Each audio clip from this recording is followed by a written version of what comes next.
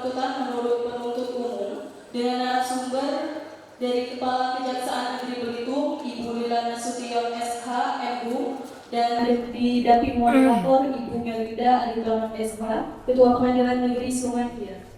Kepada Ibu Lila Nasution SH, MU, dan Ibu Melida Aritonang SH di sini. Baik, izin Ibu, Bunda, izin Ibu-Ibu Hakim Tinggi dan Bapak Hakim Tinggi dan rekan-rekan semua.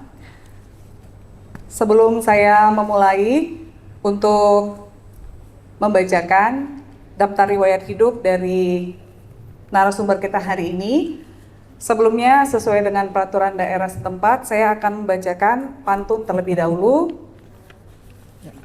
kepada kita semua.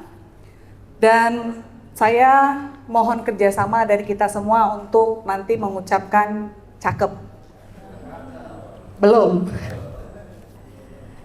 Jalan ke pasar lewat rumah Pak Amir. Ada Cakep. Pak Amir ada nggak di sini? Izin ya. Kalau ada namanya Amir, mohon maaf.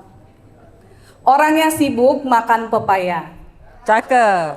Untuk Anda yang telah hadir, salam hormat dari saya.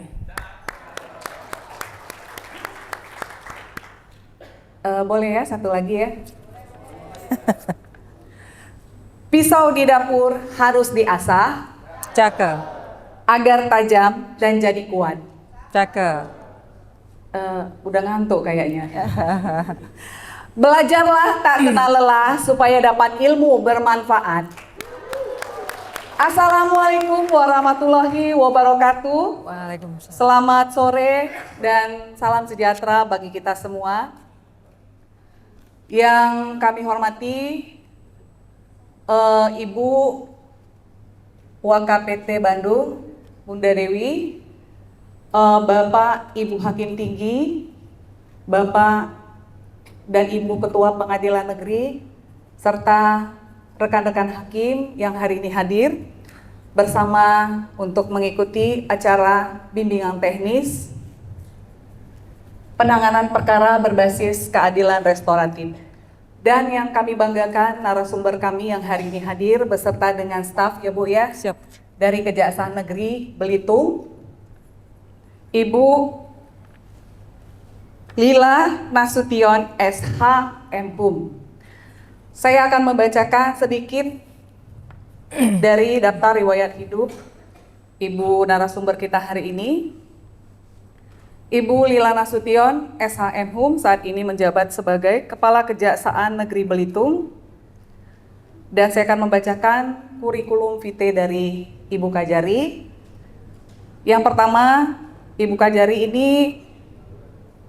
menjabat sebagai staf tata usaha pada Kejaksaan Tinggi Sumatera Utara dari tahun 2000 sampai tahun 2022, menjadi jaksa fungsional pada cabang Kejaksaan Negeri Deli Serdang di Pancur Batu. Selanjutnya, narasumber juga mendapat jabatan sebagai Kepala Subbagian Pembinaan pada tahun 2015 pada Kejaksaan Negeri Tanjung Balai Asahan. Dan hanya beberapa bulan, narasumber menjadi Kepala Seksi Perdata dan Tata Usaha Negara pada Kejaksaan Negeri Pematang Siantar. Dan selanjutnya menjadi jaksa fungsional pada Jampitsus tahun 2017 dan selanjutnya menjadi koordinator pada Kejaksaan Tinggi Jawa Barat pada tahun 2021 dan saat ini menjabat sebagai Kepala Kejaksaan Negeri Belitung. Dan tadi infonya sudah SK-nya keluar ya Bu ya? Ya. Jadi mungkin beberapa saat lagi Ibu Kajari akan menjalankan tugas di tempat yang baru. Sedikit pengantar dari saya. Pendekatan pidana yang menjadi tren beberapa tahun terakhir ini adalah penyelesaian perkara dengan menggunakan mekanisme keadilan restoratif justice. Namun selama ini belum ada undang-undang yang khusus mengatur mekanisme penyelesaian perkara di luar pengadilan, termasuk melalui keadilan restoratif, sehingga masing-masing lembaga penegak hukum menerbitkan peraturan internal di masing-masing, seperti tadi pada sesi yang pertama, pada sesi yang kedua dari Kepolisian Republik Indonesia sudah mengeluarkan peraturan internal terkait dengan penanganan tindak pidana berdasarkan keadilan restoratif dengan dikeluarkannya Perpol nomor 8 tahun 2021. Kemudian aparatur hukum, lembaga hukum yang lainnya, yaitu Kejaksaan juga sudah mengeluarkan peraturan internal terkait dengan penanganan tindak pidana berdasarkan keadilan restoratif dengan mengeluarkan Perja nomor 15 tahun 2020 tentang penghentian penuntutan berdasarkan keadilan restoratif, dan kemudian Pedoman Jaksa Agung nomor 18 tahun 2021 tentang penyelesaian penanganan perkara tindak pidana narkotika melalui rehabilitasi dengan pendekatan keadilan restoratif sebagai pelaksanaan ajas dominus litis jaksa. Supaya kita lebih mengetahui bagaimana penerapan tentang penanganan tindak pidana berdasarkan keadilan restoratif justice melalui persepsi dari lembaga penegak hukum, dalam hal ini Kejaksaan Negeri Republik Indonesia. Saat ini kita sudah hadir ya, Ibu narasumber yang tentunya sudah mumpuni seperti tadi yang saya bacakan kurikulum vitae-nya, jadi tidak diragukan lagi. Jadi untuk tidak memperlama waktu, Ibu izin waktu dan tempat kami persilakan. Terima kasih, Ibu.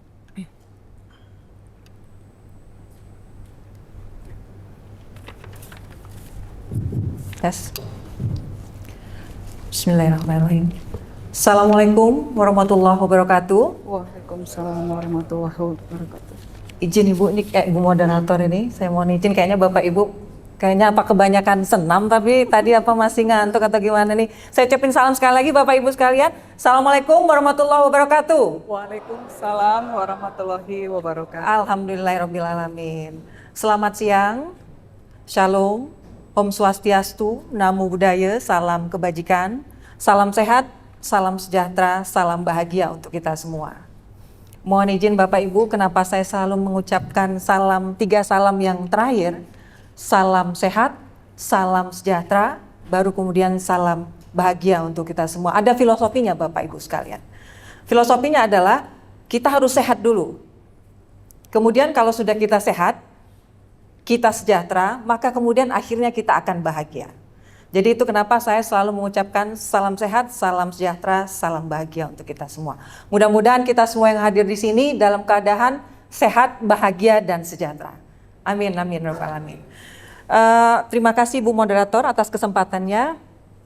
Dalam kesempatan ini izinkan saya sebagaimana tadi yang sudah disampaikan oleh Ibu Moderator, saya Lila Nasution, jabatan saya saat ini adalah Kepala Kejaksaan Negeri Belitung, yang sesaat nanti saya akan pindah Bapak Ibu, saya akan pindah sebagai Kepala Kejaksaan Negeri Kendal Ibu, dalam beberapa waktu ke depan karena mendapatkan SK, saya sesuai dengan kebutuhan organisasi tentunya saya ditugaskan di tempat tugas yang baru. Mungkin tapi nggak ada yang dari Kendal ya Bapak Ibu ya di sini ya. Cuma yang saya lihat tadi ada yang Bapak Ibu sekalian ini ada yang dari Sumedang kalau nggak salah ya. Izin Bapak, ada Pak Zulfikar Berlian ya Pak. Izin Bapak. Saya pernah jadi PLT Kajari di sana Pak, izin. Iya. Yang saya hormati tentunya dan saya sangat muliakan Bapak Ibu sekalian, baik dari Hakim Tinggi, Pengadilan Tinggi, Bapak Ibu Ibu Waka PT Bandung. Ibu terima kasih atas undangannya dan saya mohon izin untuk mewakili. Kemudian tentunya Bapak Ibu Hakim di Pengadilan Negeri, baik yang dari Provinsi Sumatera Selatan ya Bu ya, maupun dari Bangka Belitung. Kehormatan bagi kami Bapak Ibu sekalian karena kami diundang menjadi narasumber dan hal ini sesuatu yang saya rasa saya pribadi sangat membanggakan. Kenapa? Saya diberi kesempatan untuk bertemu dengan Bapak Ibu sekalian yang merupakan kolega kami Ibu. Bukan kolega juga, karena apa? Di dalam persidangan tentunya Bapak Ibu sekalian ini adalah pimpinan kami kalau dalam persidangan. Dan sebagaimana yang kalau di persidangan kami selalu menyebutkan Bapak Ibu adalah yang mulia. Mudah-mudahan di dalam kesempatan ini semua, di dalam kesempatan ini kita semua, khususnya Bapak Ibu sekalian, sebagaimana yang saya sampaikan tadi, mudah-mudahan senantiasa dimuliakan oleh Allah Subhanahu Wa Taala. Baik Bapak Ibu sekalian, di sesi ini, di kesempatan ini kami akan menyampaikan terkait dengan penerapan restoratif justice di kejaksaan. Dalam hal ini saya akan menyampaikan paparan ini, tapi sifatnya saya akan mengajak diskusi. Tentu ini bagian sebagaimana yang disampaikan oleh Ibu Moderator tadi, belum ada undang-undang yang mengatur khusus terkait dengan restoratif justice. Masing-masing lembaga, ya, masing-masing lembaga baik dari kepolisian, kejaksaan maupun dari kehakiman sendiri, ya Bu ya, ini masih punya kebijakan-kebijakan tersendiri yang belum terkompilir menjadi satu undang-undang. Dan ini menjadi cita-cita kita semua Bapak Ibu. Kenapa? Karena supaya ada persamaan persepsi, supaya tidak ada perbedaan bagaimana mekanisme, bagaimana penerapannya, dan bagaimana tata cara yang paling ideal, supaya kita sesama aparat penegak hukum tentunya ini memiliki satu kesatuan ketentuan yang harus dipedomani. Jadi tidak ada perbedaan lagi. Dan kami sangat merindukan ini. Karena kami bagian dari sini. Ini cita-cita yang indah, saya rasa cita-cita yang sangat baik untuk bisa cepat kita wujudkan. Dan forum ini saya rasa, forum yang mulia ini merupakan bagian dari untuk kita lebih mempercepat ya optimalisasi supaya undang-undang itu bisa cepat diterbitkan tentunya. Bapak Ibu sekalian yang kami muliakan, penerapan restoratif justice di kejaksaan ini kami didasarkan oleh ketentuan sebagaimana tadi disebutkan juga oleh Bu Moderator, itu berdasarkan Peraturan Kejaksaan Republik Indonesia tahun nomor 15 tahun 2020 tentang penghentian penuntutan berdasarkan keadilan restoratif. Apa sih yang mendasari dari terbitnya atau lahirnya peraturan kejaksaan tersebut? Tentu segalanya ada asal muasal, ada latar belakang, ada sejarahnya. Nah, sejarah terbitnya ketentuan tadi itu karena banyaknya peristiwa-peristiwa, banyaknya kejadian-kejadian, terutama tentunya pelaksanaan penanganan perkara yang dirasa tidak humanis. Sebagai contoh ya adalah kisah sedih nenek kelaparan mencuri pepaya. Ini nenek, kalau Bapak Ibu sekalian masih ingat Nenek Sumiati. Nenek Sumiati ini yang kemudian harus diproses secara hukum karena mencuri pepaya 3 buah. Ini rasanya sangat miris sekali kita untuk menjalankan perkara-perkara sedemikian ini. Jadi ini salah satu yang membuat kita dari kejaksaan itu akhirnya kemudian melandasi lahirnya Peraturan Kejaksaan Republik Indonesia tadi. Kemudian ada lagi kisah tentang Nenek Minah. Nenek Minah ini memetik kakao di perkebunan yang tidak jauh dari rumahnya. Tapi akibatnya apa? Dia akhirnya dihukum. Dan rasanya ini juga tetap dirasa tidak humanis. Kemudian juga ada kisah kakek Samirin yang memungut sisa getah. Yang ternyata sisa getah itu kalau dinominalkan hanya 17.000. Tapi kemudian karena 17.000 ini si kakek Samirin ini harus menjalani pidana selama 2 bulan 14 hari. Rasanya tidak pantas gitu, rasanya kurang layak hanya karena 17.000 harus mendekam di penjara selama 2 bulan 4 hari ini. Nah, kisah-kisah seperti inilah yang menjadi latar belakang bagi kami kejaksaan, kemudian memprakarsai, kemudian berinisiatif untuk melahirkan Peraturan Kejaksaan Republik Indonesia nomor 15 tahun 2020 ini. Tapi ini hanya segelintir saja Bapak Ibu, masih banyak kisah-kisah yang lain tentunya yang mengiris hati kita sebagai sesama manusia. Nah, jadi selain itu tentunya karena selain berdasarkan dari kisah-kisah yang miris tadi, kemudian juga kita harus kami juga melihat karena salah satunya yang paling penting juga karena udah over kapasitasnya Ibu di rutan dan lapas. Ini harus menjadi PR kita semua, harus kita bagaimana memikirkan ini supaya ini bisa kita tanggulangi. Minimalnya meminimalisir supaya kapasitas di rutan itu tidak melebihi. Izin Bapak Ibu sekalian, saya bercerita sedikit tentang pengalaman saya. Saya jadi jaksa fungsional di Kejaksaan Negeri Medan selama 15 tahun. Jadi kalau di sana Bapak Ibu sekalian itu ada istilah namanya Ini mohon maaf kalau ada teman-teman dari lapas, tapi ini kenyataan seperti itu. Jadi ada namanya istilahnya blok D. Kalau Bapak Ibu mungkin pernah dengar, kalau kami yang di Kejaksaan, karena kami langsung bersentuhan ke rutan Bapak Ibu, jadi kami paham ada namanya blok D, atau di Medan itu selalu disebut blok Dayak. Isinya adalah dianggap penghuni-penghuni yang tak bertuan, Ibu, Bapak Ibu. Jadi ini satu ruang itu isinya bisa sampai 50 orang, Bapak. Jadi kita bisa terbayang bagaimana mereka di ruangan 5x5 katakanlah diisi 40 sampai 50 orang. Itu sangat miris sekali. Jadi kadang-kadang mereka datang ke pengadilan itu dalam kondisi yang kurang layak ya, dalam keadaan kondisi kesehatan yang juga kadang-kadang terganggu, Ibu, gitu. Nah, ini juga menjadi sesuatu hal yang melatar belakangi kita ya. Sehingga kemudian kita harus memikirkan bagaimana, apa jalan keluarnya, apa solusinya terhadap hal ini. Nah itu. Kemudian selanjutnya tentu adalah seiring dengan overkapasitas tadi, tentu ini juga dengan tingginya tingkat kriminalitas, tapi kemudian tingkat kriminalitas yang nilai kerugiannya mungkin sangat kecil, Ibu, sangat rendah. Tentu ini yang menjadi pemikiran kita juga, supaya dapat mengurangi beban negara. Bayangkan kalau semua perkara harus kita penjarakan, harus kita pidanakan dan masuk penjara. Bayangkan berapa banyak anggaran negara yang harus disiapkan untuk memberi makan dari penghuni-penghuni penjara tadi. Nah, inilah salah satu solusinya, yaitu dengan menerapkan keadilan restoratif. Dan bagi kami ini merupakan solusi yang paling humanis, yang paling baik saat ini, dan mudah-mudahan ini tentunya keberlanjutannya dapat seterusnya, Ibu. Dan nanti ke depannya mudah-mudahan dalam hal penerapannya mungkin bisa lebih secara penerapan itu mungkin lebih mudah, mungkin nanti artinya lebih dapat menyentuh lagi kepada masyarakat.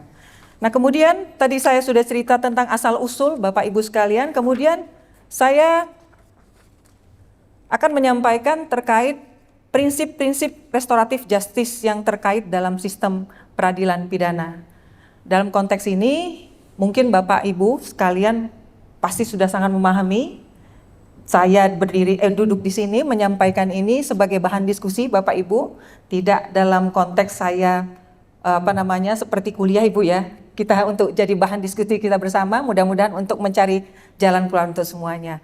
Yang pertama tentunya adalah penyatuan kembali para pihak yang harus menjadi tujuan utama dari proses peradilan. Ini merupakan prinsip dari restoratif justice. Bagaimana untuk menyatukan para pihak, ya, yang menjadi tujuan utamanya adalah bagaimana supaya para pihak ini bisa disatukan kembali dalam kebaikan tentunya. Yang kedua, yaitu perbaikan kerusakan. Ini harus dijadikan tujuan utama dalam mengenyampingkan perkara. Artinya pada saat di dalam restoratif justice ini tentu dilakukan adalah untuk merestorasi, untuk memperbaiki, untuk memulihkan kembali apa yang tadinya dianggap sudah rusak atau harus diperbaiki. Nah, ini di sini melalui sarana dan wadah restoratif ini. Kemudian yang ketiga, persyaratan restoratif harus proporsional dan harus dilihat dalam kasus per kasus. Menurut pandangan kami, hal ini maksudnya kenapa harus dilihat kasus per kasus? Karena meskipun kadang-kadang kasusnya sama, katakanlah kasus pencurian, tapi latar belakangnya, esensinya mungkin berbeda. Para pihaknya mungkin berbeda, motifnya mungkin berbeda. Jadi tentu kasus per kasus tidak bisa diperlakukan sama menurut pandangan kami Bapak Ibu. Karena apa? Yaitu tadi, karena yang melatar belakangi esensinya, motifnya, tujuannya tentu berbeda masing satu sama lain. Ada yang sama-sama mencuri, tapi yang satu mencuri karena lapar. Misalkan Ibu, izin. Tapi yang satu mencuri mungkin karena kebiasaan. Yang ketiga mungkin mencuri untuk menambah pundi-pundi kekayaan. Jadi tentu itu hal-hal yang harus juga diperlakukan secara berbeda. Sehingga kasuistis tentunya setiap kasus per kasusnya.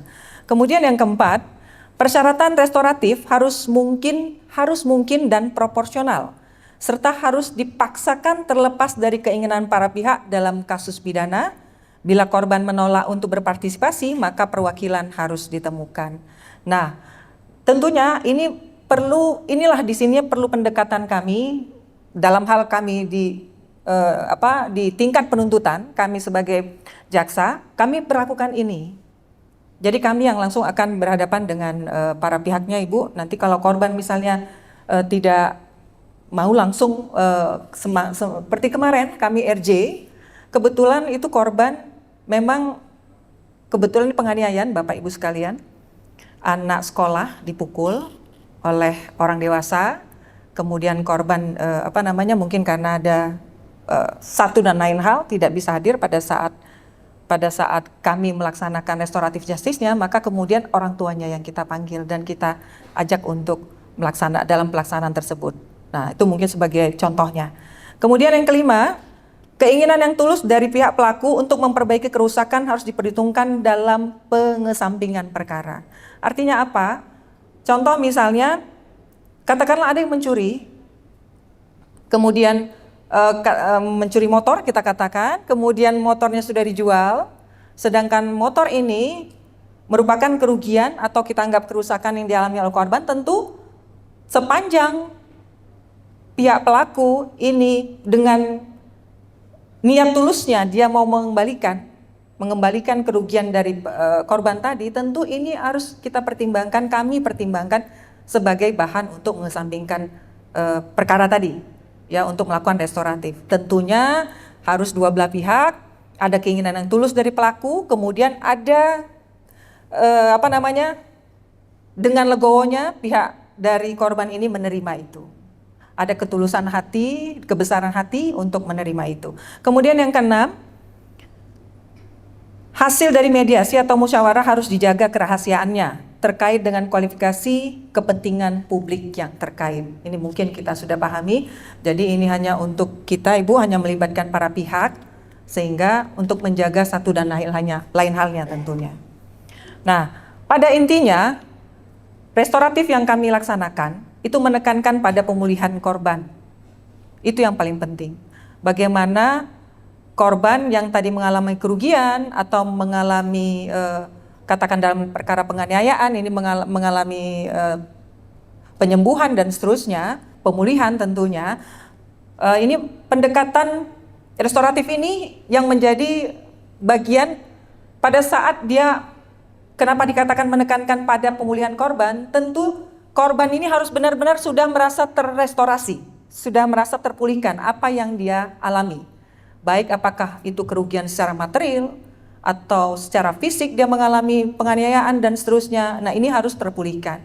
Pada saat itu sudah terpulihkan dan dia dengan tulus ikhlas mau memaafkan dan menerima permintaan maaf dari pihak pelaku, tentunya ini membuka ruang bagi kami, bagi kita semua untuk dapat melaksanakan restoratif justice ini. Jadi sehingga dengan menggunakan pendekatan ini, para pihak itu diharapkan dapat mencapai kesepakatan bersama. Itu intinya. Ada kesepakatan bersama terkait penyelesaian sengketa, sehingga tujuannya adalah hubungan antara pelaku dengan korban ini dapat harmonis kembali. Jadi terpulihkan sebagaimana semula, keadaan semula, seperti sebelum terjadinya tindak pidana. Adapun paradigma dan manfaat dari restoratif justice ini, tentu dalam menyelesaikan perkara pidana, kita memiliki banyak landasan yang cukup kuat, Bapak Ibu sekalian, baik dari sisi historis, sosiologis, filosofis, maupun dari sisi perlindungan hak asasi manusia, nilai-nilai agama yang dianut masyarakat Indonesia, dan tentunya nilai-nilai budaya. Penerapan restoratif justice ini diyakini dan sangat kita harapkan sekali akan memberikan manfaat yang luar biasa tentunya.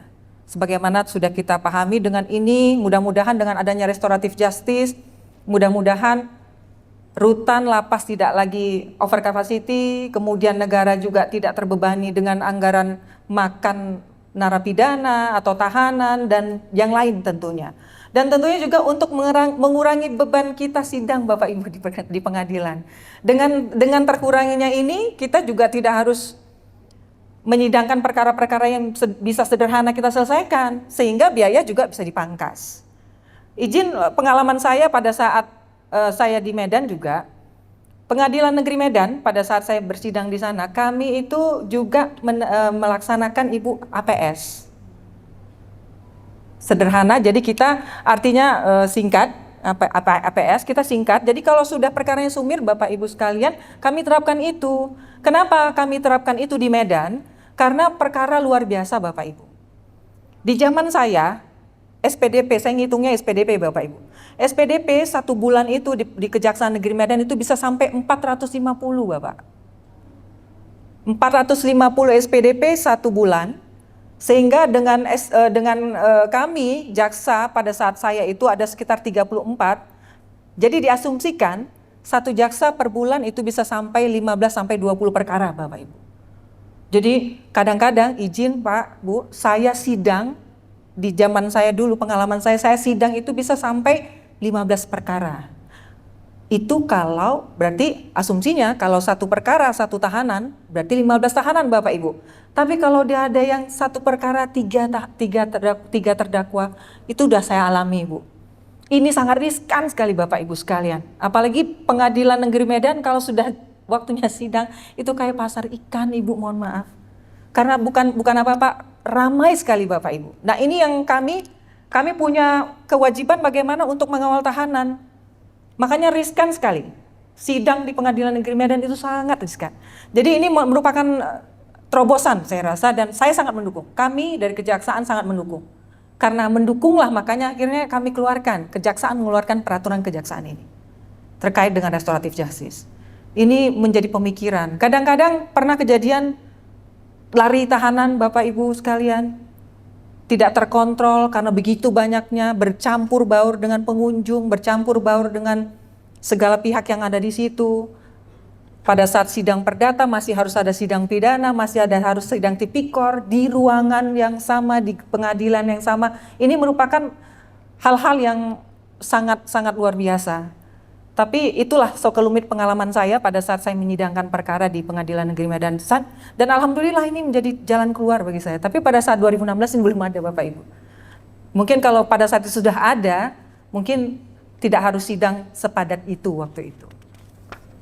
Kemudian, sebagaimana tadi saya sudah sampaikan Bapak Ibu sekalian, konsideran kami dalam penghentian penuntutan berdasarkan keadilan restoratif justice itu disandarkan kepada Peraturan Kejaksaan Nomor 15 Tahun 2020.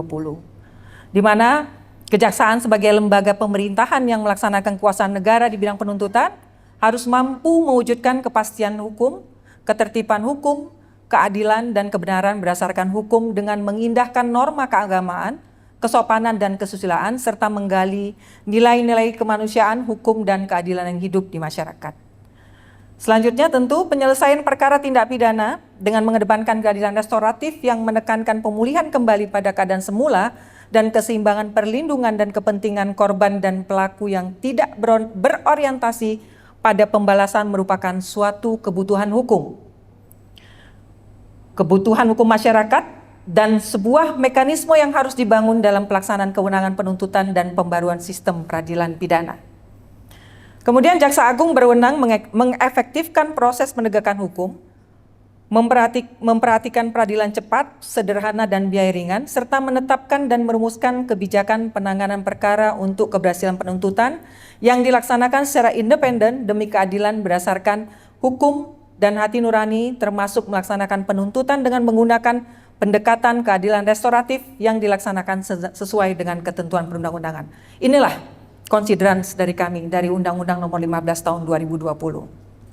Kemudian Bapak Ibu sekalian, berdasarkan ketentuan Peraturan Kejaksaan RI Nomor 15 Tahun 2020, kami mengartikan keadilan restoratif itu ya sebagai penyelesaian perkara tindak pidana dengan melibatkan pelaku, korban, keluarga pelaku atau keluarga korban, dan pihak lain yang terkait untuk bersama-sama mencari penyelesaian yang adil dengan menekankan pemulihan kembali pada keadaan semula dan bukan pembalasan. Intinya tentu tidak dalam restoratif justice ini, kami tidak hanya melibatkan para pihaknya saja, yang 2 pihak ini saja Bapak Ibu sekalian. Jadi katakanlah dalam perkara pencurian atau perkara penganiayaan, ada pelaku kemudian ada korban. Tapi tidak hanya ini saja yang kami damaikan, kami coba untuk lahirkan kesepakatan bersamanya, tapi kita juga melibatkan pihak-pihak lain. Pihak-pihak lain di sini siapa yang dimaksudkan itu? Kita melibatkan juga pihak tokoh agama. Kemudian ada tokoh masyarakat, kemudian juga ada pejabat setempat, katakanlah kepala lingkungan, ketua RT, kepala desa. Jadi pejabat-pejabat setempat itu kami hadirkan di situ sebagai pihak yang akan melihat. Karena nanti ada beberapa aspek kenapa kami harus melibatkan pihak-pihak ini. Nanti akan kami sampaikan setelah ini. Nah, pelaksanaan penyelesaian perkara pidana dengan menggunakan paradigma restoratif justice dengan konsisten dan sungguh-sungguh diharapkan dapat mewujudkan tujuan penegakan hukum, yaitu keadilan, kepastian hukum, dan kemanfaatan bagi masyarakat, yang pada akhirnya dapat menunjang terwujudnya suatu masyarakat yang tertib, tentram, damai, adil, dan sejahtera. Yang kalau kata bahasa Belitungnya Bapak Ibu, tata tentrem kertaraharja. Tata tentrem kertaraharja ini biar ini aja Bapak Ibu. Ini kayaknya serius apa saya yang kurang? Kayaknya masih fokus ya Pak, izin Pak. Iya siap, terima kasih Bapak. Saya tadi coba melihat supaya soalnya ini jam-jam ini Bu, jam-jam rawan.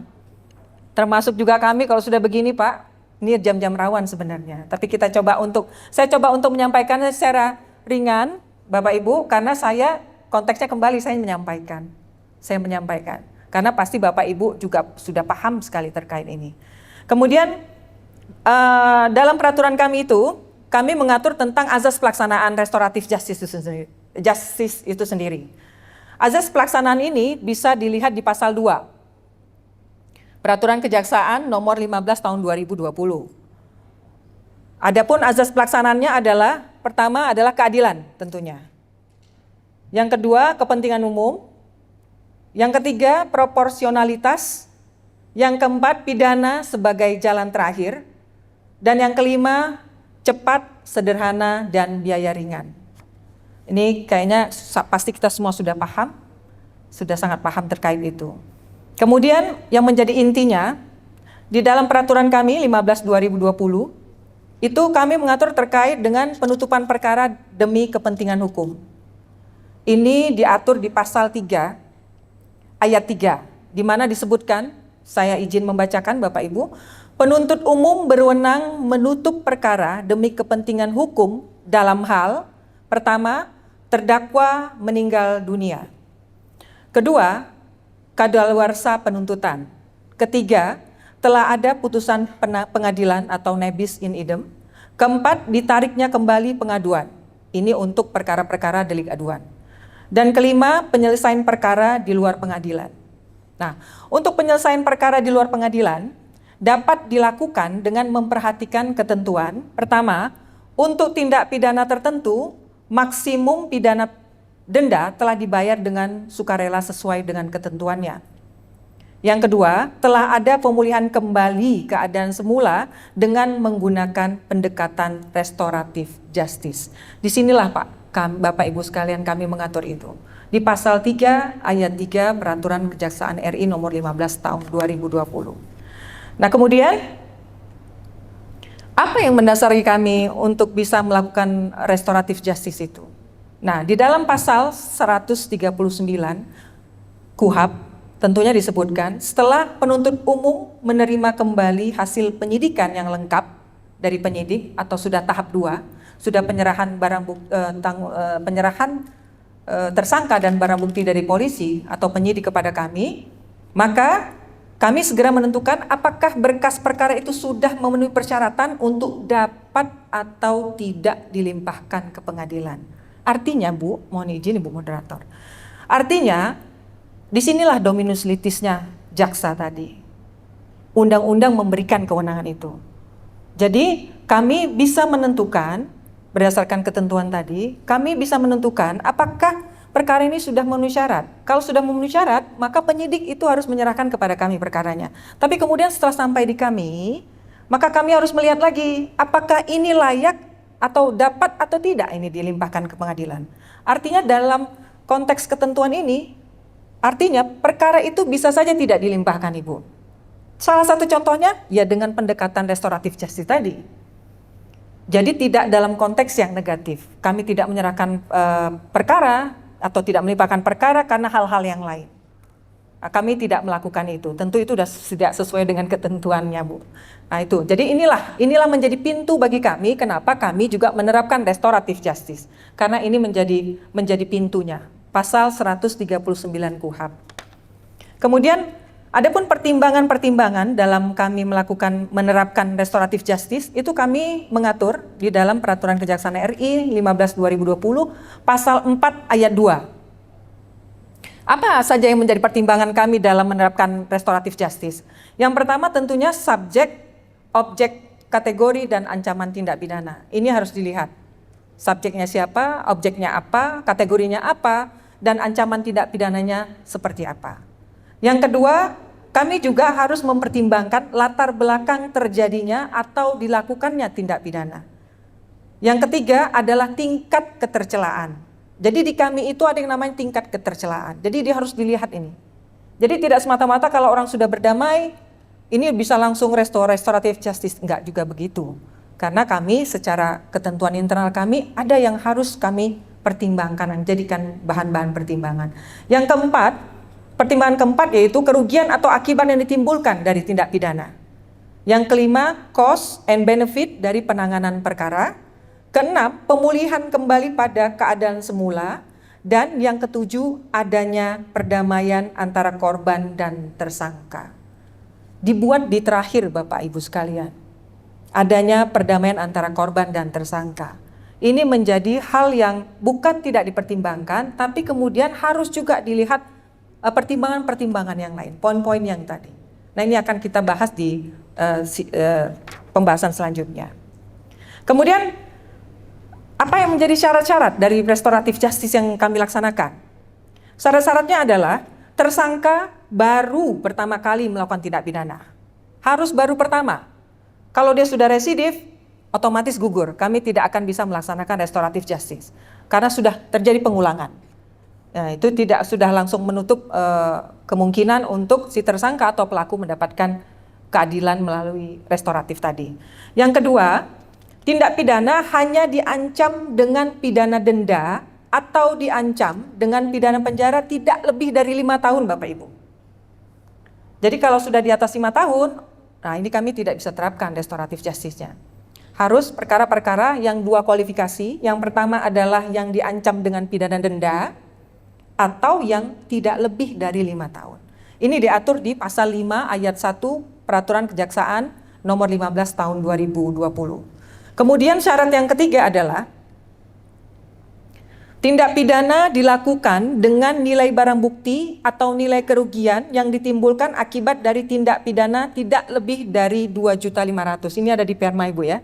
Nah, ini sepertinya sama ketentuan kita. Ini juga kami mengaturnya di dalam peraturan kejaksaan sebagai syarat-syarat dari restoratif justice.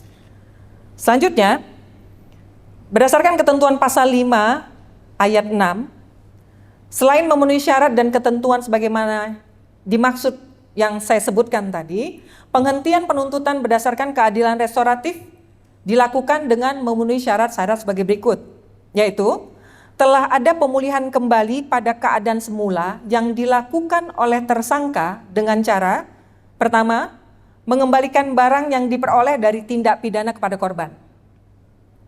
Ini contoh seperti pencurian tadi. Jadi barang yang sudah diambil oleh pelaku dikembalikan atau diganti oleh pelaku. Kemudian ini tadi akhirnya jadi poin kedua yaitu mengganti kerugian korban. Jadi apa kerugian yang dialami oleh korban diganti oleh pelaku. Kemudian mengganti biaya yang ditimbulkan dari akibat tindak pidana. Dan keempat, memperbaiki kerusakan yang ditimbulkan dari akibat tindak pidana. Ini menjadi keadaan-keadaan yang harus dipenuhi oleh tersangka bila dia ingin mendapatkan restoratif justice. Kemudian setelah itu telah ada kesepakatan perdamaian antara korban dan tersangka. Harus ada kesepakatannya. Kalau nggak sepakat, nggak akan juga terjadi restoratif justice-nya. Jadi kalau cuma satu pihak saja yang berkendak, tapi yang lain tidak, tentu ini tidak akan berjalan. Yang ketiga, masyarakat merespon positif. Nah, ini yang tadi kami sampaikan Bapak Ibu sekalian, jadi ada pihak-pihak yang juga kami mintakan testimoninya terkait ini. Apakah dengan berdamainya kedua pihak ini, apa tanggapannya, apa pandangannya, kira-kira seperti apa begitu. Nah, ini kita akan selalu meminta testimoni atau pendapat dari pihak-pihak atau tokoh-tokoh yang kami libatkan dalam proses restoratif justice. Nah, selain ada penerapan, di dalam peraturan kami juga menyebutkan terkait dengan larangan restoratif justice. Ketentuannya di pasal 5 ayat 8 yang menyebutkan ada hal-hal yang kami larang untuk dilakukan restoratif justice. Apa itu? Tindak pidana seperti apa yang dilarang untuk dilakukan atau diterapkan restoratif justice? Yaitu pertama, tindak pidana terhadap keamanan. Keamanan apa itu? Yaitu keamanan negara, martabat presiden dan wakil presiden, negara sahabat, kepala negara sahabat serta wakilnya, ketertiban umum dan kesusilaan. Jadi kalau untuk kategori ini, maka tidak ada restoratif justice yang kami terapkan. Kemudian yang kedua, tindak pidana yang diancam dengan ancaman pidana minimal. Yang ketiga, tindak pidana narkotika. Ini berdasarkan, ini belum saya bahas nih Bapak Ibu, ini masih berdasarkan Peraturan Kejaksaan nomor 15 tahun 2020 bahwa tindak pidana narkotika itu dilarang untuk di restoratif justice. Ini pada tahun 2020 sebelum lahirnya peraturan surat edaran, kita memiliki pedoman ya nomor 18 tahun 2021. Ini tahun 2021 ya. Nanti di awal di tahun 2020 narkotika kami tidak bisa lakukan RJ. Tapi kemudian di tahun 2021 dengan berbagai pertimbangan tentunya kami mengeluarkan pedoman yang akhirnya kita bisa menyelesaikan penanganan perkara penyalahgunaan narkotika melalui rehabilitasi dengan pendekatan keadilan restoratif sebagai pelaksanaan azas dominus litis tadi. Kemudian selanjutnya yaitu tindak pidana lingkungan hidup. Ini nggak bisa kita restoratif justice Pak, nggak bisa kita RJ. Dan tindak pidana yang dilakukan oleh korporasi. Ini juga tidak bisa kita RJ-kan sampai dengan saat ini Bapak Ibu. Nggak tahu kalau ke depan nanti ada perkembangan hukum, karena hukum selalu berkembang, hukum sangat dinamis, tentu kita melihat seperti apa nanti ke depannya. Selanjutnya, berdasarkan ketentuan pasal 7, disebutkan upaya perdamaian, menyebutkan bahwa penuntut umum menawarkan upaya perdamaian kepada korban dan tersangka. Ini kita wajib Bapak Ibu. Jadi kami pada saat nanti setelah menerima tahap 2 dari kepolisian, maka kami setelah melihat kasusnya, kami menganggap kasus ini layak memenuhi syarat untuk dilakukan RJ, maka kami akan tawarkan. Kami tawarkan kepada korban maupun tersangka. Dan perlu Bapak Ibu ketahui, di internal kami proses ini cukup cepat Bapak Ibu. Jadi kita tidak boleh berlama-lama, tidak boleh sampai melarut-larutkan ini karena kita juga dibatasi oleh waktu. Sehingga dalam teknisnya kita akan begitu tahap 2 itu kita akan tawarkan. Kalau mereka mau, kita akan laksanakan, tapi manakala sudah melewati waktunya, kita tidak bisa lagi melaksanakan RJ tadi, sehingga harus kami limpahkan perkara dan akan berhadapan dengan Bapak Ibu sekalian di pengadilan. Kemudian yang kedua, upaya perdamaian dilakukan tanpa tekanan, paksaan dan intimidasi. Jadi kami sangat dilarang untuk dipaksakan. Meskipun secara internal kami sebenarnya sangat dihimbau Bapak Ibu. Jadi kita itu dari kebutuhan organisasi kita, disampaikan sangat concernnya kita akan restoratif justice itu sampai untuk menangani restoratif justice ini atau RJ ini itu dianggarkan Bapak Ibu sekalian. Jadi kita dianggarkan untuk penanganannya, sehingga ini salah satu bentuk care-nya kejaksaan akan perlunya pelaksanaan atau penerapan RJ ini. Jadi kita ibaratnya kalau polisi itu ditarget gitu Ibu, karena sampai kita dianggarkan supaya bisa melaksanakan. Jadi kita juga harus bisa melaksanakan itu dengan sebaik-baiknya. Jadi tapi dengan catatan tidak ada tekanan, tidak ada paksaan dan intimidasi. Jadi benar-benar harus dengan kesukarelaan dari para pihaknya. Yang ketiga, upaya perdamaian dilakukan pada tahap penuntutan. Itu tadi yang saya sampaikan Bapak Ibu, yaitu pada saat penyerahan tanggung jawab atas tersangka dan barang bukti atau penyerahan tahap 2. Kemudian, apakah upaya perdamaian ini berjalan dengan mulus saja selalu? Ternyata kan tidak. Ada saja nanti kadang-kadang para pihak, salah satu pihak itu tidak berkenan untuk melaksanakan itu. Maka kemudian bagaimana kondisinya? Bagaimana kondisinya kalau ternyata upaya perdamaian ditolak oleh korban atau pelaku tadi atau tersangka? Apa yang dilakukan? Jadi berdasarkan ketentuan pasal 8 ayat 7 disebutkan, maka kalau itu ditolak oleh para pihak, kita sudah undang mereka, kita sudah coba untuk menyampaikan, untuk menyambungkan kembali silaturahmi di antara keduanya supaya memperbaiki, memulihkan, tapi ternyata tidak tercapai, maka kemudian hal-hal yang harus dilakukan oleh penuntut umum adalah kita akan menuangkan ke dalam semacam berita acara. Berita acara terkait tidak tercapainya upaya perdamaian tadi. Kemudian membuatkan nota pendapat bahwa perkara akan dilimpahkan ke pengadilan dengan menyebutkan alasan-alasannya, dan selanjutnya setelah secara registrasi di dalam internal kami selesai, proses mekanisme di internal kami selesai, maka kemudian perkara pun kami akan limpahkan ke pengadilan untuk dilanjutkan persidangannya. Kemudian dalam pasal 9 menyebutkan terkait dengan proses perdamaian. Dalam proses perdamaian ini harus dilakukan secara sukarela Bapak Ibu, dengan musyawarah untuk mufakat tanpa tekanan, paksaan, dan intimidasi. Dalam proses perdamaian itu, kami sebagai penuntut umumnya itu berperan sebagai fasilitator. Kami akan menyiapkan tempat, kami yang akan memfasilitasi untuk terlaksananya RJ tadi. Kemudian dalam proses perdamaian itu, penuntut umum tidak mempunyai kepentingan apapun atau keterkaitan dengan perkara. Korban maupun tersangka, baik secara pribadi maupun profesi, langsung maupun tidak langsung. Ini tentunya untuk menghindari konflik kepentingan. Jangan sampai karena kepentingan baru kemudian RJ-nya dilaksanakan. Nah, keempat, proses perdamaian dilaksanakan di kantor kejaksaan. Tapi apakah harus di kantor kejaksaan saja? Tidak, bebas tempatnya. Bisa di mana saja. Di balai desa atau di tempat-tempat yang disepakati. Itu bisa. Jadi proses perdamaian dapat dilaksanakan di kantor kejaksaan kecuali terdapat kondisi ada keadaan yang tidak memungkinkan. Tapi kita secara teknisnya itu kita lebih fleksibel. Kemarin kita juga baru RJ Bapak Ibu sekalian kita laksanakan di kantor desa dan alhamdulillah itu berhasil. Kemudian proses perdamaian dan pemenuhan kewajiban dilaksanakan dalam waktu paling lama 14 hari sejak penyerahan tanggung jawab atas tersangka dan barang bukti di penyerahan tahap 2 tadi. Ini yang saya sebutkan tadi, kami dilimitasi dengan waktu bahwa kita cuma punya waktu 14 hari. Kalau sudah lewat 14 hari, maka ini harus kita teruskan ke pengadilan untuk disidangkan. Kemudian kalau perdamaiannya tercapai, di dalam ketentuan pasal 10 menyebutkan, dalam hal proses perdamaian tercapai, korban dan tersangka membuat kesepakatan perdamaian tertulis di hadapan penuntut umum.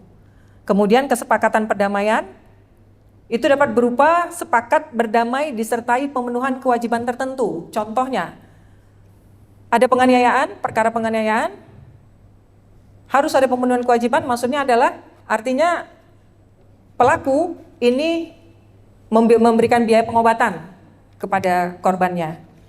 Atau kalau pencurian, dia mengembalikan barang yang dicuri atau mengganti barang yang telah dia curi. Kemudian sepakat berdamai tanpa disertai pemenuhan kewajiban tertentu. Jadi kami ada istilah berdamai tanpa syarat. Seperti RJ kemarin, kami juga lakukan itu tanpa syarat. Jadi tidak ada syarat-syarat material, misalnya di situ. Katakanlah kadang-kadang kalau dalam ada perdamaian, lebih sering kali yang kita dapatkan perdamaian selalu ada kompensasi Bapak Ibu. Tapi ini kita juga mengatur bahwa perdamaian tidak harus ada kompensasi, itu kita sebutkan dengan perdamaian tanpa syarat. Kemudian manakala kesepakatan perdamaian tidak berhasil, dalam ketentuan pasal 11 disebutkan, dalam hal kesepakatan perdamaian tidak berhasil atau pemenuhan kewajiban tidak dilaksanakan sesuai kesepakatan perdamaian, maka penuntut umum akan melakukan beberapa hal, yaitu menuangkan tidak tercapainya kesepakatan perdamaian dalam berita acara. Selanjutnya, membuat nota pendapat bahwa perkara dilimpahkan ke pengadilan dengan menyebut alasannya dan kemudian melimpahkan perkaranya ke pengadilan. Selanjutnya, Di dalam ketentuan pasal 15 ayat 2 diatur terkait dengan penghentian penuntutan. Manakala proses RJ ini sudah berjalan, maka penuntutannya tentu harus dihentikan. Nah, dalam hal tersangka ditahan atau tidak dan terhadap perkaranya dilakukan penghentian penuntutan berdasarkan keadilan restoratif setelah mendapatkan persetujuan Jampidum atau ekspos perkara melalui Kejati. Nah, ini kami sebutkan dulu Bapak Ibu sekalian, bahwa kami dalam melaksanakan RJ, kami itu harus mendapat persetujuan secara berjenjang Bapak Ibu sekalian. Jadi kami katakanlah melaksanakan RJ di kantor kami di pengadilan negeri, di Kejaksaan Negeri, di Kejari, maka kemudian nanti hasil yang kami sudah dapatkan di sini, ini harus diuji lagi oleh pimpinan kami secara berjenjang. Nanti kami akan ajukan dulu ke Kejaksaan Tinggi. Setelah dari Kejaksaan Tinggi, setelah mendapat persetujuan, kemudian kami akan ajukan lagi sampai pada akhirnya kepada pimpinan kami di Kejaksaan Agung, yaitu Bapak Jaksa Agung Muda Bidang Tindak Pidana Umum. Di situ hasil akhirnya Bapak Ibu sekalian. Finalnya di situ. Karena apa? Kenapa kok seakan-akan nanti pasti ada pemikiran, kenapa harus sampai sana gitu. Karena apa? Inilah bagian dari pengujian. Apakah yang dihasilkan oleh Satker, dalam hal ini Kejaksaan Negeri, ini sudah benar-benar memenuhi syaratkah atau tidak? Inilah perlu pengujian. Jadi untuk melihat benar-benar kualitas ini sudah sesuai dengan apa yang dipersyaratkan dalam peraturan kejaksaan tadi. Nah, kemudian setelah melalui ekspos tadi, maka kemudian untuk tersangka yang dilakukan penahanan oleh penuntut umum harus segera dibebaskan. Yaitu tentunya setelah surat ketetapan penghentian penuntutan atau SKP 2 dikeluarkan dan dituangkan dalam berita acara. Jadi ada proses-proses administrasi yang harus kami lalui dalam hal pelaksanaan restoratif justice tadi, dan itu kami laksanakan secara berjenjang sampai kepada pimpinan kami yang tertinggi. Adapun petunjuk pelaksanaan perja ini diatur di Surat Jampidum nomor 4301 tanggal 16 September 2020. Di situ menyebutkan terhadap tindak pidana yang disangka secara alternatif, subsidiaritas atau alternatif kombinasi, terpenuhnya syarat dari salah satu pasal yang disangkakan tidak menghapuskan upaya perdamaian terhadap pasal lain yang disangkakan. Ini lebih teknis Bapak Ibu, mungkin ini secara internal kami saja, karena ini nanti lebih kepada penerapan pasal yang harus diinikan Ibu. Jadi terhadap sangkaan kumulasi, kombinasi yang merupakan konsensus realis, hanya dapat dihentikan penuntutannya berdasarkan keadilan restoratif justice jika berdampak dari perbuatan pidana dilakukan tidak besar serta adanya respon positif dari masyarakat. Terhadap tindak pidana yang dilakukan secara bersama-sama hanya dapat dilakukan apabila seluruh korban dan seluruh pelaku menyetujui upaya perdamaian. Nah, ini contoh Bu, misalnya penganiayaan misalnya Bu, beramai-ramai 351 junto 55 misalnya. Kalau ada salah satu pihak saja tidak setuju akan perdamaian itu, nggak berhasil Ibu. Ini yang kadang-kadang kita sedih juga, udah kita jembatani misalnya, kita coba untuk ini, ternyata ada salah satu pihak karena satu dan lain hal tidak setuju, maka kemudian itu tidak berhasil. Nah, kemudian penuntut umum mengkoordinasikan dan mengoptimalkan kehadiran penyidik dalam proses perdamaian. Nah, ini tadi saya terskip tadi. Jadi dalam proses RJ itu juga kami akan melibatkan penyidik yang menangani perkaranya, supaya penyidik tahu bahwa di tingkat penuntutan perkara ini kemudian di-RJ-kan. Dan penuntut umum tidak diperkenankan menghentikan penuntutan sekalipun telah tercapainya perdamaian apabila pelaksanaan perdamaian tidak dilakukan secara bebas dan sukarela serta tidak mendapat respon positif dari masyarakat. Nah, ini kami benar-benar harus dapat respon positif ini Bu dari pihak ketiga. Jadi kalau pihak ketiga pun tidak merespon dengan baik, ini nanti menjadikan kami kurang syarat istilahnya untuk menerapkan RJ ini. Kemudian pengecualian syarat restoratif justice ini ada dalam surat edaran nomor 1 tahun 2022, yaitu tindak pidana terkait harta benda, nilai barang bukti atau kerugian melebihi 2.500.000 asal pidananya denda atau penjara namun tidak lebih dari 5 tahun dan sebaliknya. Ini perkembangannya Pak. Tadi tahun 2020 disebutkan bahwa tidak boleh lebih dari 5 tahun. Tapi kemudian di tahun 2022 ini kami perbaiki seiring dengan dinamika hukum yang terjadi ya. Kita boleh kerugiannya itu tadi kita batasi tidak boleh lebih dari 2.500.000 Ibu di tahun 2020, tapi kemudian di tahun 2022 boleh lebih dari 2.500.000 dengan ketentuan ancaman hukumannya itu tidak lebih dari 5 tahun. Dibatasi di situ Bapak Ibu sekalian. Atau sebaliknya, boleh lebih dari 5 tahun, tapi kerugiannya tidak boleh lebih dari 2.500.000 gitu kira-kira. Jadi itu secara internal ketentuan kita. Yang kedua, tindak pidana terkait orang, tubuh, nyawa atau kemerdekaan, nilai barang bukti atau nilai kerugiannya boleh lebih dari 2.500.000. Kemudian yang ketiga, tindak pidana yang dilakukan dengan kelalaian, ancaman pidana dapat bukan denda atau penjara dapat lebih dari 5 tahun dan kerugiannya pun dapat lebih dari 2.500.000. Ini contoh kasusnya Bapak Ibu sekalian adalah perkara laka, kelalaian, lalu lintas. Nah ini bisa artinya lebih dari kerugiannya lebih dari 2.500.000 dan bukan denda atau penjara dapat lebih dari 5 tahun. Nah, jadi itu Bapak Ibu sekalian, dalam kesempatan ini itu beberapa hal yang mungkin bisa kami sampaikan. Mudah-mudahan apa yang kami sampaikan ini dapat menambah wawasan Bapak Ibu bagaimana cara kami pihak kejaksaan dalam menerapkan restoratif justice dan menjadi bahan diskusi Bapak Ibu sekalian.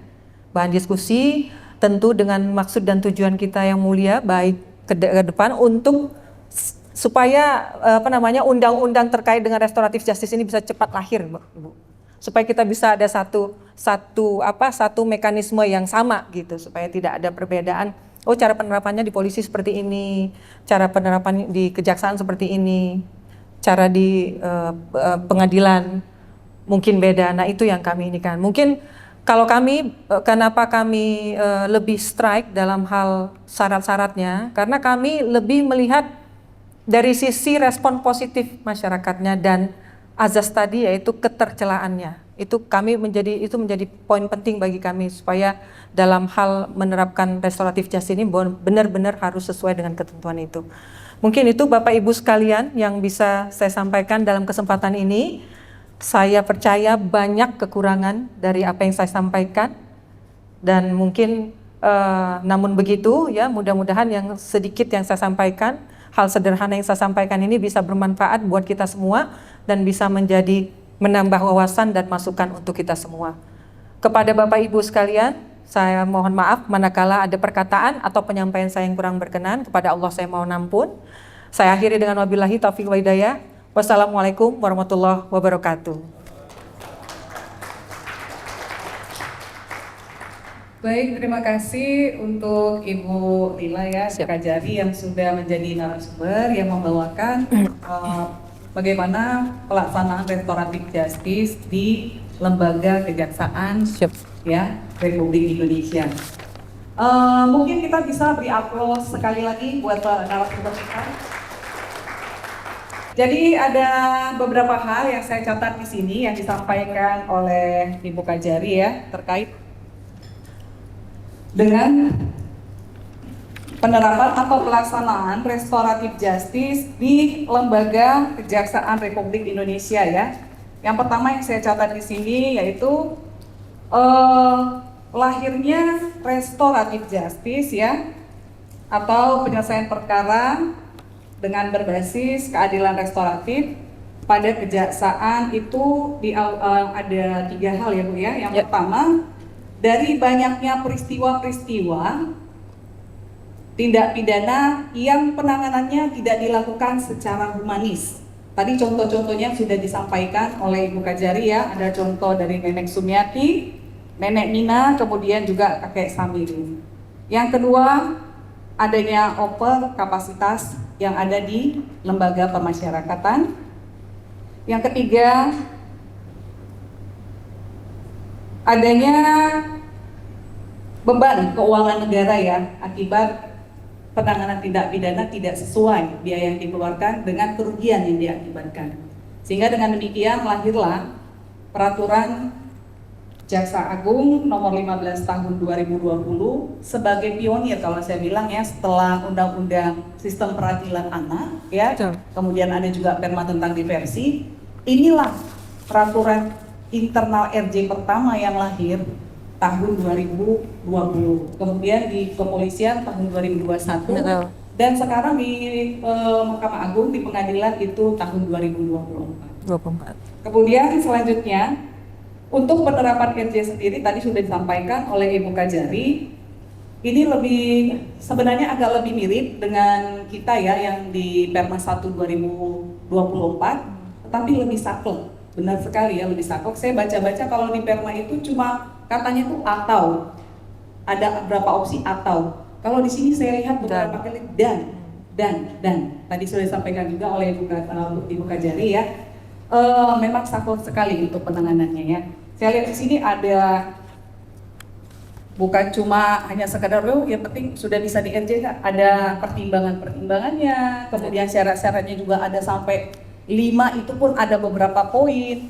Kemudian pelaksanaannya juga wajib cepat ya, dalam waktu 14 hari. Kalau tidak dilaksanakan akhirnya harus dilimpahkan ke pengadilan. Yeah. Kemudian selanjutnya titik berat dari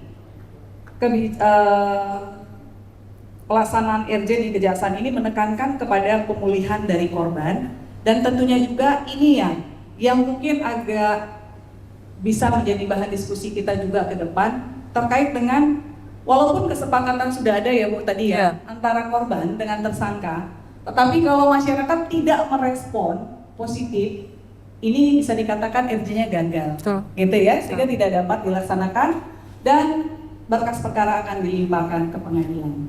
Jadi mungkin itu saja beberapa poin yang bisa saya catat di sini, dan tentunya juga bisa kita lihat dari materi yang sudah di-share di grup, kemudian juga dari peraturan Kejaksaan nomor 15 tahun 2020 yang bisa kita download juga ya dari aplikasi Google kita masing-masing. Jadi kita masih punya waktu. Saya catat di sini kita ada sampai 15.30. Benar ya panitia ya? Nah 15.30 berarti kita masih punya waktu lebih kurang 30 menit ya. Karena di sini Bu Kajari ya menyampaikan hal-hal ya bagaimana pelaksanaan RJ di Kejaksaan. Jadi mohon kepada Bapak Ibu semua, rekan-rekan semua ya, kita di sini bimbingan teknis dalam arti kita berdiskusi ya. Jadi kita tidak perlu mengomentari, tidak perlu menilai ya peraturan yang dikeluarkan oleh Kejaksaan. Ya, jadi mungkin kalau masukan boleh ya seperti itu. Jadi kita punya waktu lebih kurang 30 menit untuk berdiskusi. Saya nggak bilang bertanya jawab ya, berdiskusi. Jadi apabila ada dari Bapak dan Ibu sekalian yang ingin menyampaikan sesuatu terkait dengan materi yang sudah disampaikan oleh narasumber tadi, waktu kami persilakan. Baik, dari Bapak Hakim Tinggi Palembang. Siap. Ada Dike. Ini Ibu. Izin Bapak untuk Bapak dan Ibu yang ingin menyampaikan pesan atau saran ataupun pertanyaan bisa langsung ke Bapak. Ya.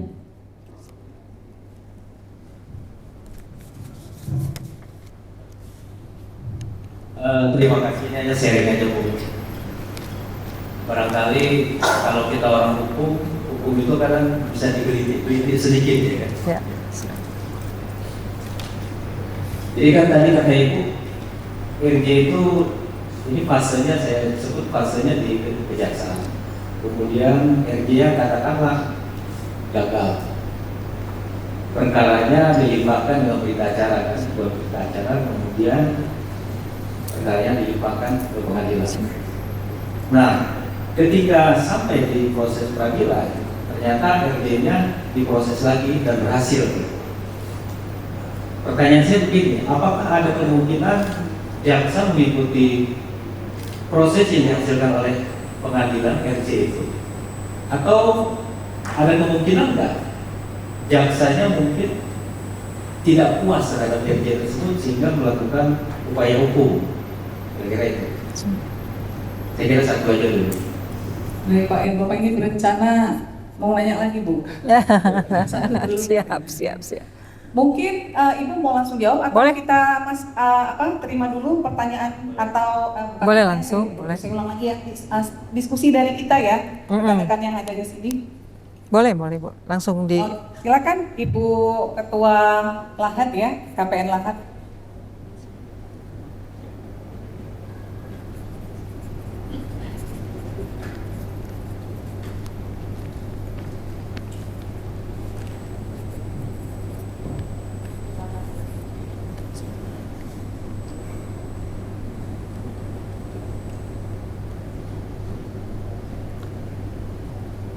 Bisa nggak sih sebenarnya? Saya ingin menanyakan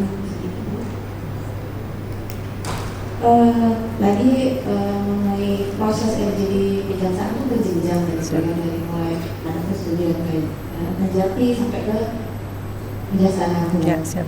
Nah itu kan apakah prosesnya itu berapa lama? Karena kan seperti yang tadi dikatakan alasnya kan biaya cepat, murah dan biaya ringan segala macam itu ya. Apakah proses itu ada ketentuannya di kejaksaan berapa lama proses itu harus berlangsung? Kemudian ketika terjadi kesepakatan RJ, tadi kan ada dituangkan dalam bentuk kesepakatan. Apakah dalam kesepakatan itu hanya para pihak saja atau memang ada jaksa yang ikut menandatangani kesepakatan itu? Karena seperti ini, ketika RJ itu misalnya hasil-hasil poin-poin yang disepakati, misalnya ada pembayaran sejumlah uang dan tidak dilakukan, apa upaya umumnya? Apakah dieksekusi atau perkara itu dilanjutkan atau seperti apa? Karena ketika korban, kebanyakan seperti yang terjadi, ketika korban itu kan maunya mungkin hanya penggantian uang, dia mungkin tidak mau terdakwanya masuk ke proses persidangan, tapi ternyata di perjalanan tidak dilaksanakan oleh si terdakwa itu. Maaf ya, belum terdakwa gitu ya, tersangka itu. Nah, kemudian apa upaya jaksa untuk memproses itu supaya mereka bisa dilakukan pembayaran itu? Dan ketika itu tidak bisa diselesaikan, ini akan muncul suatu hak hukum baru, hak perdataan, karena dia sifatnya kesepakatan tadi, makanya saya tanyakan kesepakatan itu bentuknya apakah kesepakatan murni antara para pihak atau memang ada peran jaksa yang itu menandatangani, yang ada proses SOP dari kejaksaan itu sendiri. Ya, ketika itu kan ketika timbul hak keberatan baru, mungkin si korban bisa menuntut itu ke pengadilan lagi, jadi masalah baru pula nanti di pengadilan jadi modelnya gugatan pula gitu kan. Terima kasih. Iya. Baik, terima kasih untuk Ibu KPN Lahat. Mungkin supaya Ibu Kajari tidak lupa ya, jadi kita mungkin stop dulu untuk dua peserta yang menyampaikan pendapat ya, atau saran atau mungkin pertanyaan. Kepada Ibu Kajari kami persilakan. Pertanyaan tadi udah tahu ya Bu? Iya. Proses saya ulang ya. Iya. Terima kasih Bapak Hakim Tinggi dari Palembang ya Pak. Salam kenal Bapak. Mau kita galuh nih Pak. Izin Bapak, tadi pertanyaannya mohon koreksi Bapak manakala salah saya. Yang tadi saya tangkap adalah terkait dengan manakala proses RJ lewat dari penuntutan tidak berhasil katakanlah, kemudian di tingkat pengadilan RJ-nya berhasil, kan gitu Pak, izin. Apakah kemudian terkait dengan keberhasilan RJ di pengadilan ini, bagaimana sikap jaksa terhadap itu? Apakah nanti jaksa terima, kemudian bagaimana sikapnya, terima atau tidak, kan kira-kira gitu Pak. Dalam sepengalaman kami, hal ini belum, kami belum pernah mengalami ini Bapak. Tapi ya, tentunya kita kan memerlukan sesuatu hal yang membawa kebaikan. RJ ini kan dilakukan tentu untuk hal yang baik Bapak. Nah, namun begitu, tentu nanti apa yang dihasilkan dari pengadilan ini kami akan sampaikan. Kami akan ini nanti kan berarti keluarnya nanti semacam penetapan ya Pak. Putusan Pak ya. Nah, kami sebagai eksekutor ya wajib melaksanakan itu. Tapi nanti kami akan laporkan kepada pimpinan bahwa perkara A ini di RJ kita tidak berhasil, kemudian karena satu dan lain hal tidak berhasil, kemudian dilaksanakan di pengadilan dan itu berhasil. Secara etikanya juga karena kami eksekutor, karena itu bentuknya putusan Bapak, Kami mungkin nanti akan menyikapi itu dengan baik, tapi tentunya melalui mekanisme kami di dalam. Tapi kalau memang itu ternyata baik dan menurut nanti dari hasil kajian kami, hasil dari dinamika kelompok kami di dalam itu ternyata baik, kenapa tidak, Pak? Kan gitu. Kami akan terima tentunya. Kami sebagai pihak eksekutor di situ berperan untuk melaksanakan putusan itu dengan baik. Mungkin itu, Pak, sementara. Terima kasih, Bapak. Yang kemudian dari Ibu Ketua PN Lahat, terima kasih Ibu, salam kenal Ibu, mudah-mudahan jawaban saya ini mudah-mudahan bisa diterima. Tapi tadi izin Ibu, sebenarnya dalam paparan tadi sudah kami sampaikan bahwa terkait dengan proses RJ tadi dilimitasi 14 hari. Jadi itu sudah disampaikan tadi, jadi itu yang harus kita ini. Karena apa? Kalau nanti kelamaan Ibu, takutnya kan ini kalau orangnya ditahan, tentu kan akan menjadi persoalan gitu. Karena kami itu, penahanan di kami itu kan cuma 20 hari Bu. Penahanan pertama maksudnya, kemudian kami bisa minta perpanjangan, tentu harus ada yang kami perhitungkan. Jadi waktu untuk pengajuannya sampai ke sana itu memang tidak boleh lebih dari segitu. Itu yang pertama Ibu. Kemudian terkait dengan pembiayaan ya Bu ya tadi ya. Bagaimana kalau kesepakatan antara para pihak, apakah pihak jaksa dilibatkan di situ? Tentu saja dilibatkan Ibu. Tapi kemudian nanti ada pihak lain, kan kami juga melibatkan pihak lain seperti misalnya pejabat setempat, ada kepala lingkungan atau ketua RT. Nah, kami di situ hadir di situ, Bu. Nah, terkait dengan biaya, satu lagi biaya tadi Bu ya. Untuk Pelaksanaan? Jadi nanti dia contohnya kan dia ada kesepakatan dia harus membayar, ternyata dia tidak Ya. bayar. Ya siap. Nah, dalam pembiayaan maksud saya, katakanlah misalnya ada biaya yang disepakati dalam kesepakatan itu. Bagaimana ini cara jaksa menyikapi ini kan gitu Bu. Kami dalam prakteknya selalu menerapkan bahwa biaya itu harus tuntas dulu Ibu. Tuntas, karena itu akan seperti Ibu sampaikan tadi, yang Ibu sampaikan itu benar. Kalau nggak tuntas Bu, nanti jadi masalah hukum yang baru. Jadi ini akan justru menimbulkan perkara baru. Jadi kami selalu menerapkan prinsip pegadaian Ibu, menyelesaikan masalah tanpa masalah. Jadi kita upayakan supaya masalahnya selesai, jadi tidak mengalirkan masalah yang baru. Dan itu akan lebih baik, ya kan? Jadi tuntas Ibu perkaranya. Jadi tidak ada. Jadi keduanya itu terpulihkan, sama-sama terpulihkan. Kalau seandainya ada biaya yang masih gantung Ibu, berarti belum terpulihkan. Karena itu kan menjadi syarat, sudah harus terpulihkan dia secara penuh gitu. Sehingga itu bisa bisa dilaksanakan secara lengkap. Mungkin itu Ibu yang bisa saya sampaikan. Mudah-mudahan jawaban saya bisa diterima. Terima kasih. Baik ya, untuk Bapak tadi gimana Pak? Sudah puas ya? Dengan jawaban Ibu Kajari tadi? Sudah. Jangan tanya lagi Pak gitu ya. Nggak apa-apa. Ini KPN Lahat? Sudah ya. Mungkin kami membuka lagi untuk 2 orang berikutnya, ya Ibu KPN Prabu Muli, kemudian dari Hakim Tanjung Pandan ya, Ibu langsung Hakim Tanjung Pandan dulu. Yang pertama dari Ibu KPN Prabu Muli, silakan. Oke.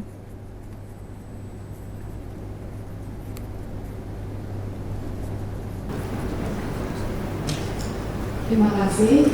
Assalamualaikum warahmatullahi wabarakatuh. Waalaikumsalam warahmatullahi wabarakatuh.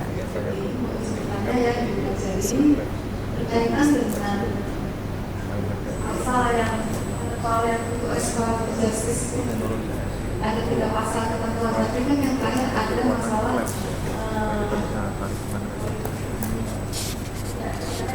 dan kelalaian. Nah, itu kelalaian ini apakah hanya berlaku untuk lama-lama saja atau untuk pasal yang lain, mungkin program kesehatan, masalah perizinan tenaga medis, atau yang lain yang besar bagi apa saja. Ya. Siap. Terima kasih. Wassalamualaikum warahmatullahi wabarakatuh. Waalaikumsalam. Boleh silakan maju ke depan untuk penanya kedua.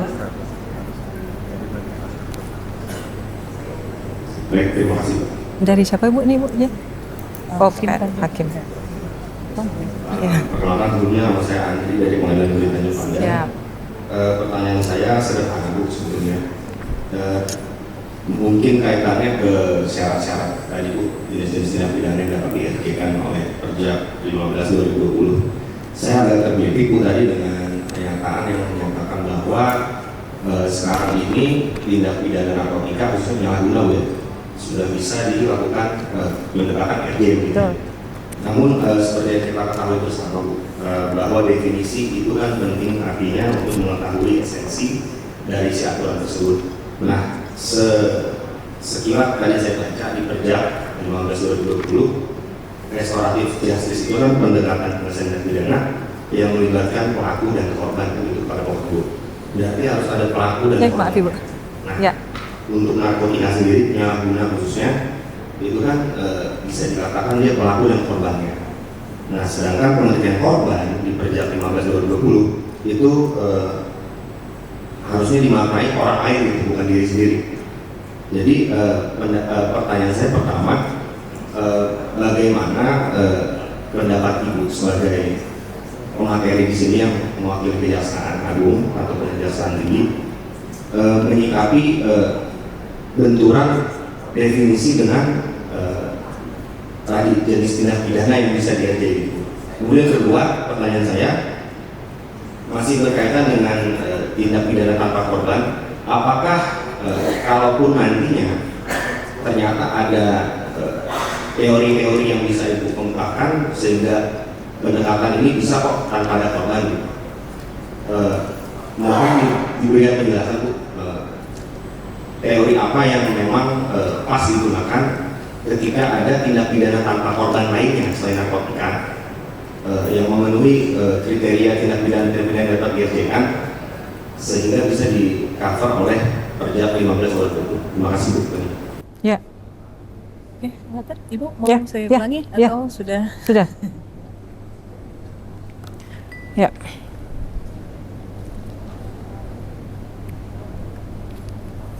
Terima kasih atas pertanyaannya ini. Saya jawab dulu dari Ibu KPN Prabu Muli. Terima kasih Bu pertanyaannya. Tadi saya coba ini kan dulu pertanyaannya itu terkait dengan pengecualian RJ dalam kasus kelalaian ya Bu ya. Apakah itu hanya diberlakukan untuk laka lantas saja atau bisa perkara-perkara yang lain. Jadi kita pasti tentu balikan lagi kepada ketentuannya Bu. Kalau di dalam ketentuan bahwa disebutkan tadi di pasal, saya buka Ibu ya. Di dalam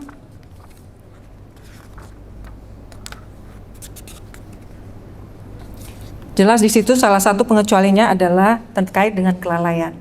Jadi dalam ketentuan itu hanya dibatasi kelalaian Bu. Jadi tidak kelalaian itu berarti secara umum bahwa setiap tindak pidana yang dilakukan karena kelalaian tentu di cover terkait ini. Gitu loh. Di dalam ketentuan kami itu perjanjiannya itu tidak disebutkan hanya laka lantas dan seterusnya.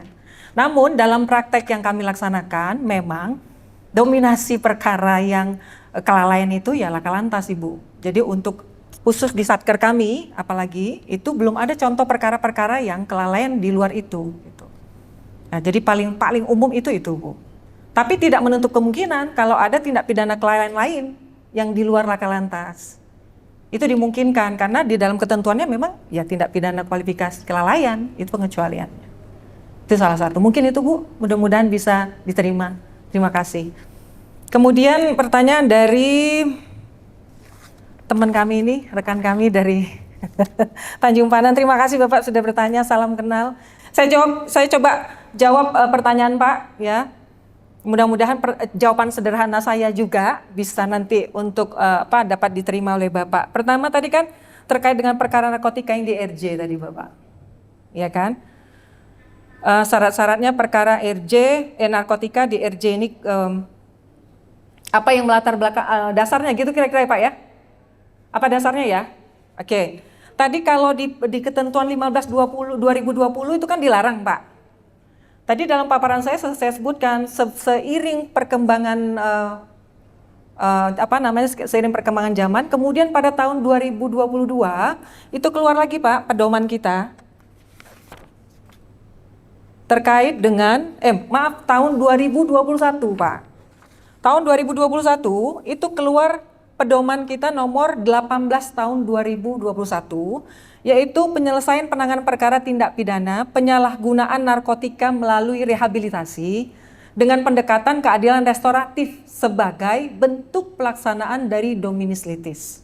Jadi itu Pak yang menjadi ininya. Jadi kenapa kok akhirnya narkotika kok bisa di RJ gitu. Nah itu yang melatar belakangi, tentunya pasal 139 KUHP, itu salah satunya.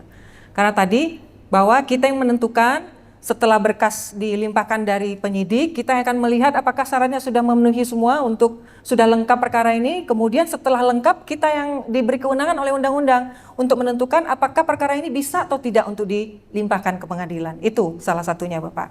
Kemudian kalau ditanya apa pendapat saya, pendapat kami terkait dengan adanya kontradiktif antara definisi ya Pak ya, definisi dengan pengertian RJ tadi. Nah, kalau di RJ kan disebutkan tadi definisinya bahwa itu adalah ada pihak korban, ada pihak pelaku. Tentu benar tadi kata Bapak, karena kalau dalam penyalahgunaan narkotika, orangnya kan satu Pak, tapi ibaratnya dia berdiri sebagai dua pihak. Satunya dia pelaku, tapi kemudian dia sekaligus sebagai korban. Kan begitu. Menurut pandangan saya bagaimana? Menurut pandangan saya, layak tidak narkotika itu untuk di-RJ? Menurut saya layak, Pak. Kenapa? Selain dia juga berdiri sebagai dua pihak yang sekaligus ada di satu pribadi, kemudian kita juga jelas, Pak, karena kita didasari hukum tadi. Balik lagi tadi, bahwa ketentuannya jelas, kita dikasih kewenangan untuk menentukan bahwa apakah perkara ini boleh nggak dilimpahkan atau tidak, gitu. Nah, itu kita yang menentukan. Dan untuk dasar kemanusiaan, karena ini kan korban sebenarnya, dan dia lebih condong korban kalau penyalahguna Ibu. Walaupun awalnya dia juga pelaku, tapi cenderung kita menganggap dia sebagai korban. Dan kami melihat bahwa nanti ini akan kita lihat di dalam perkembangannya Bapak, ya.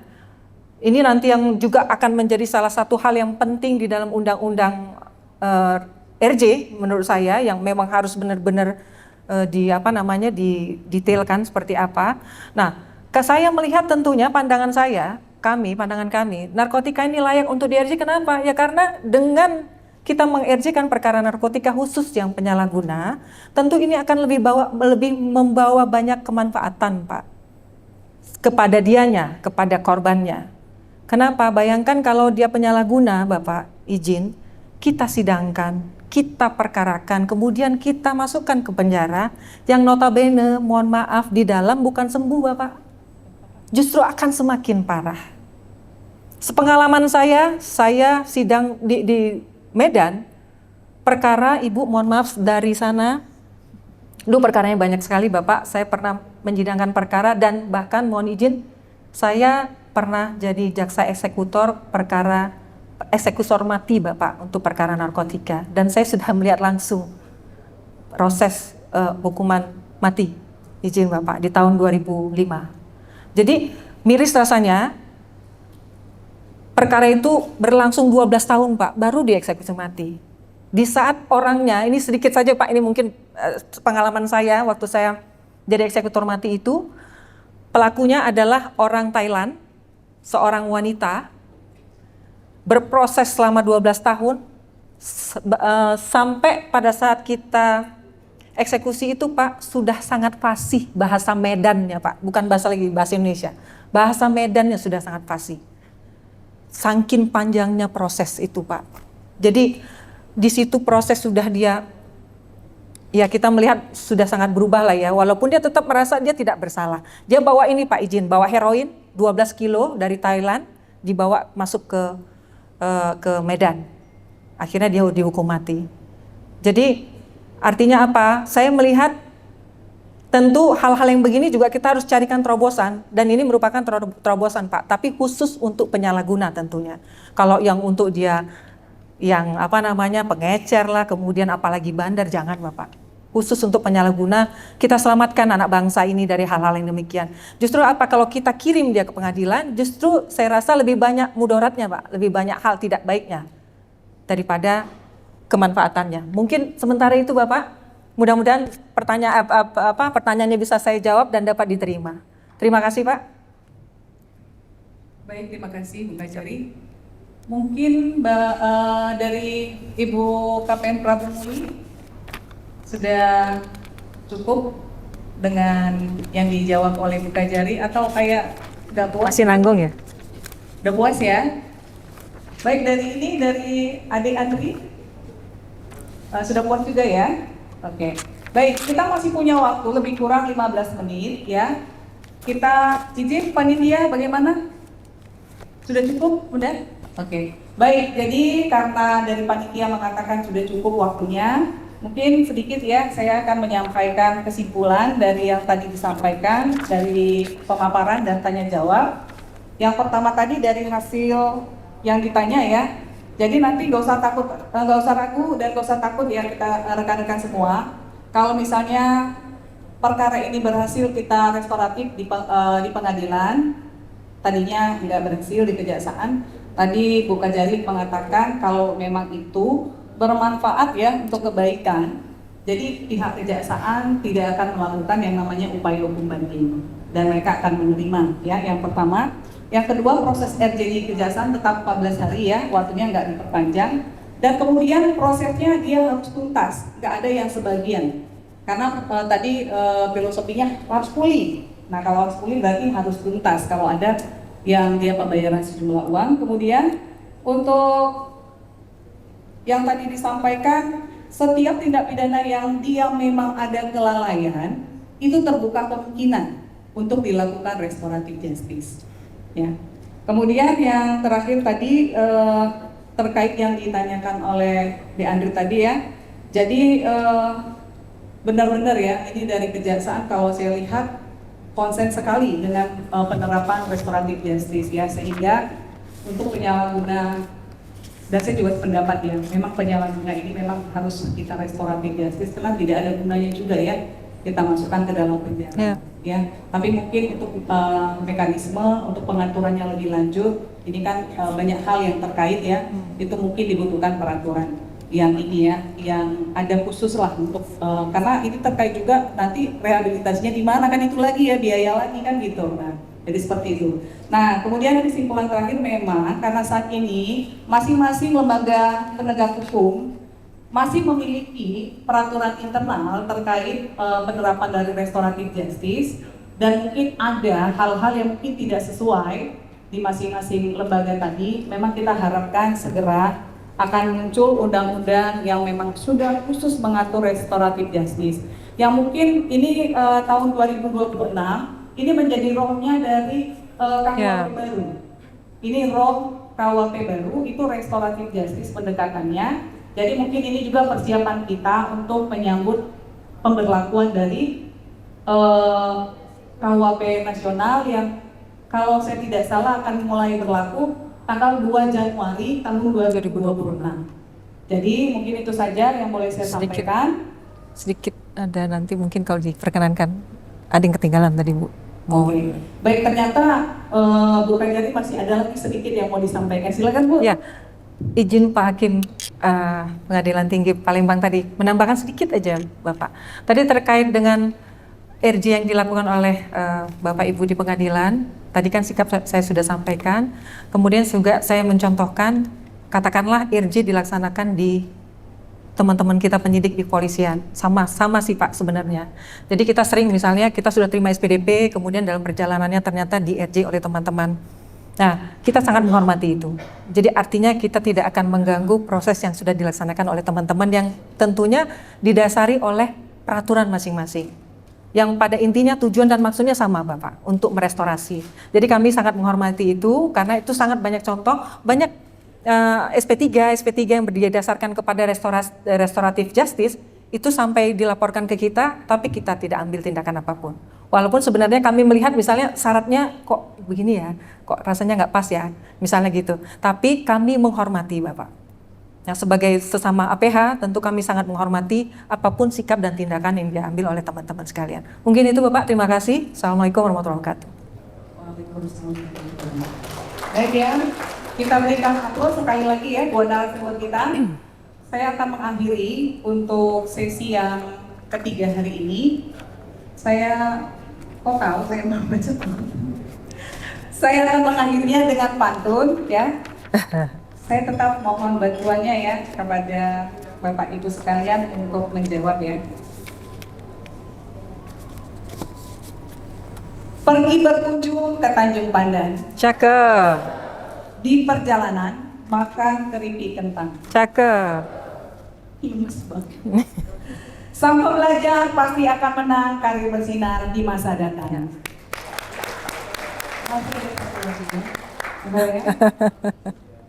Indonesia negara yang penuh cinta kasih. Cakep.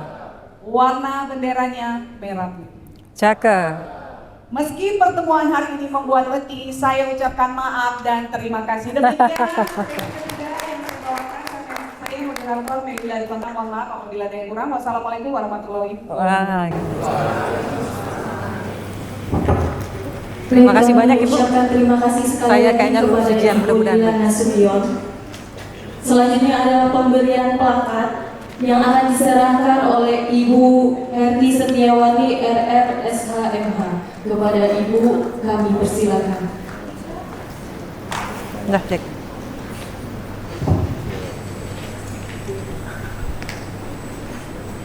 Saya yang terima kasih, Bu.